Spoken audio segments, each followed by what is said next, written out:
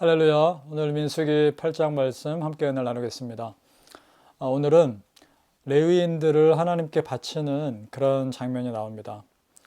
이스라엘 백성들의 처음 난 자들을 대신해서 하나님은 레위인들을 성막에 봉사하게 하셨습니다. 자, 이스라엘 백성들이 하나님의 백성들이죠. 그런데 레위인들은 그 하나님의 백성들 중에 또 선택된 하나님의 백성들입니다. 굉장히 특별한 선택을 받은 사람들이죠. 자, 그 장면을 보겠습니다. 오늘 18절 말씀 먼저 함께 보겠습니다. 민수기 8장 18절 말씀.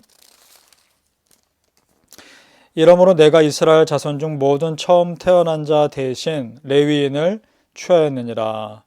자, 여러분, 이것은 하나님의 주권입니다. 많은 지파 중에 레위 지파를 하나님이 선택하신 것이니까요. 물론 이제 전에도 말씀드렸듯이 출애굽 당시에 우상을 섬기는 과정에서 그때 레위 지파 사람들이 모세 편에 서서 우상 섬기는 자들과 대적합니다. 아마도 그것이 하나님께서 레위 지파를 특별히 선택한 이유이지 않았을까라고 생각은 해보는데 하나님께서 또 다른 이유가 있어서 선택하셨겠죠. 어쨌든 레위인들은 하나님의 구별된 백성들이 됩니다.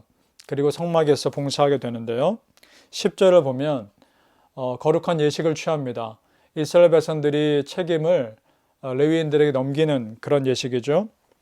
레위인을 여호와 앞에 나오게 하고 이스라엘 자손들이 그들에게 안수하게 한 후에라고 되어 있습니다. 그러니까 이스라엘 백성들이 레위인들에게 안수해서 자기들이 성막에서 봉사해야 될 책임을 레위인들에게 전가하는 거죠. 굉장히 거룩한 의미가 있는 그런 시간이었을 겁니다. 그리고 레위인들은요, 12절에 보니까 자기들의 죄를 짐승에게 안수해서 전가합니다. 12절에 보니까 레위인으로 소송아지들의 머리에 안수하게 하고 내가 그 하나는 속죄제물로 하나는 번제물로 여호와께 드려 레위인을 속죄하고 라고 되어 있습니다. 자, 거룩한 성막에서 봉사해야 되는 일이기 때문에 죄를 먼저 해결해야 되는 것이죠. 자, 여러분 어떻습니까? 백성들의 성막의 책임을 레위인들에게 전가하고 있고 레위인들은 자기들의 죄를 그 제물에 전가하고 있습니다. 그 장면을 한번 상상해 보십시오. 레위인들이 쭉 앉아 있겠죠. 그리고 백성들은 그 앞에 서서 레위인들에게 자기들의 책임, 성막에서 봉사할 책임을 전가하는 안수를 하는 장면입니다. 굉장히 많은 사람들, 2만 명이 넘는 사람이었다고 되어 있으니까 굉장히 많은 사람들이 그 안수하는 장면을 치르고 있겠죠. 얼마나 엄숙한 시간이었을까요? 아마 그 시간, 그 장면 동안에 레위인들은 이렇게 느꼈을 겁니다. 내가 이스라엘 백성들을 대신해서 산 제물이 돼서 성막에서 하나님께 바쳐진 것이다. 이런 의미가 느껴졌을 겁니다. 실제로 그런 의미입니다. 지금 레위인들은 산 제물로 하나님께 바쳐지고 있는 것이죠. 우리 로마서 12장 1절 말씀을 참고로 보겠습니다. 로마서 12장 1절 말씀. 그러므로 형제들아 내가 하나님의 모든 자비하심으로 너희를 권하노니 너희 몸을 하나님이 기뻐하시는 거룩한 산 제물로 드리라. 이는 너희가 드릴 영적 예배니라. 이런 말씀이 있습니다. 자, 여러분, 내가 산 제물이 된다는 것이 무슨 의미일까요? 내 삶을 하나님 앞에 다 내려놓습니다. 그런 의미 아닙니까? 실제로 레위인들의 삶이 그런 거 아니겠습니까? 그들의 삶은 하나님께 정말 다 바쳐진 삶입니다. 내 생각과 내 욕심과 그런 것들을 정말 다 포기한다는 겁니다. 내가 나의 이익을 위해서 누리는 삶을 나는 살지 않겠습니다. 라는 결단인 것이죠. 그런 것이 내가 하나님 앞에 제물 되었다라는 것입니다. 이것이 오늘날 우리 크리스천들에게 적용하면 이런 겁니다. 예수님의 십자가의 죽음에 나의 옛사람도 죽었습니다. 라고 고백하는 것입니다. 우리 로마서 6장 6절 말씀 참고합니다. 로마서 6장 6절 말씀. 우리가 알거니와 우리 옛사람이 예수와 함께 십자가에 못 박힌 것은 죄의 몸이 죽어 다시는 우리가 죄에게 종노릇하지 아니하려 함이니. 그렇습니다. 예수님의 죽으심이 나의 죽으심이 된 것이죠. 그러면 예수님의 부활은 나의 부활이 되는 것입니다. 그래서 고린도후서 5장 말씀에는 우리가 새로운 피조물이다 라고 선포하고 있습니다.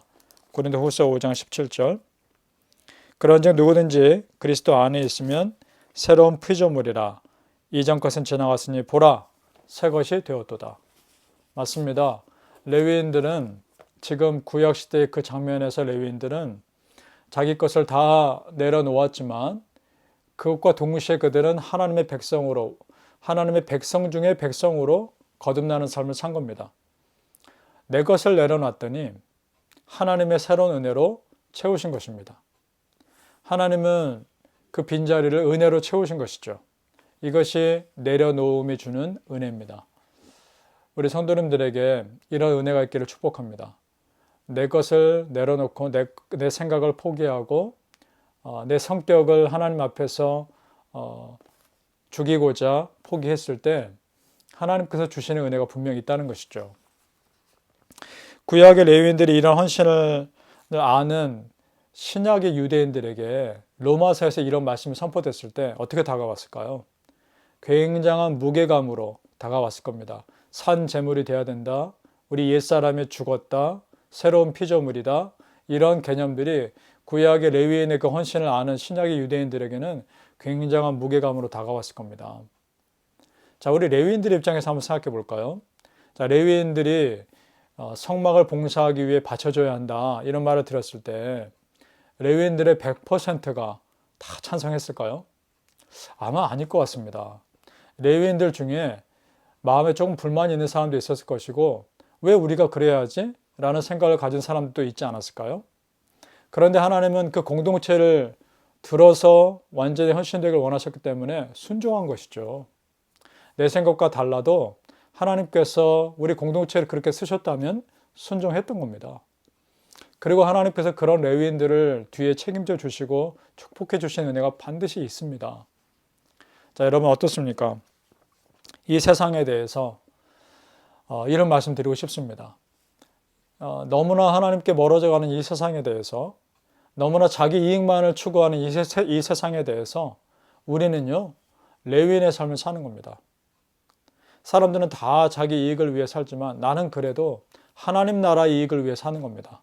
그래서 때로는 내 시간과 내 에너지와 내 마음을 하나님 앞에 내려놓아야 할 때가 있는 겁니다. 여러분 어떻습니까? 하나님 믿는다는 이유 때문에 내 것을 무엇인가 포기하는 것이 있으십니까? 하나님 믿는다는 이유 때문에 내가 뭔가 좀 더 수고해야 되는 그 무엇을 여러분 하고 계십니까? 여러분 우리의 삶이 만약 그런 순간에 있다면 믿음으로 순종해 보시면 어떨까요? 하나님께서 그 시간과 그 에너지와 그 빈자리를 또 새로운 또 놀라운 은혜로 채워주시지 않을까요? 그런 기대감이 우리 성도님들에게 있으시기를 축복하고요. 하나님 예비하신 은혜가 그렇게 준비된 자들에게 누려지는 은혜가 있기를 예수님 이름으로 축복합니다. 우리 함께 기도하겠습니다. 하나님 감사합니다. 하나님께서 주시는 하루하루의 삶이 그 자체가 은혜입니다. 하나님, 내가 하나님 믿는 삶을 산다는 것, 지금 내가 이 세상에서 레위인의 삶을 산다는 것이 때로는 내 것을 내려놓아야 할 때가 있을지도 모르고 내 시간과 내 모든 것들을 포기해야 할 때가 있을지도 모르겠지만 기꺼이 순종함으로 나아갔을 때 하나님께서 얼마나 큰 은혜를 주실지 기대합니다. 그리고 하나님께서 책임져 주시는 삶을 그렇게 내 것을 내려놓음으로 인해 누리는 삶 살게 하여 주옵소서. 예수님 이름으로 축복하며 기도합니다. 아멘.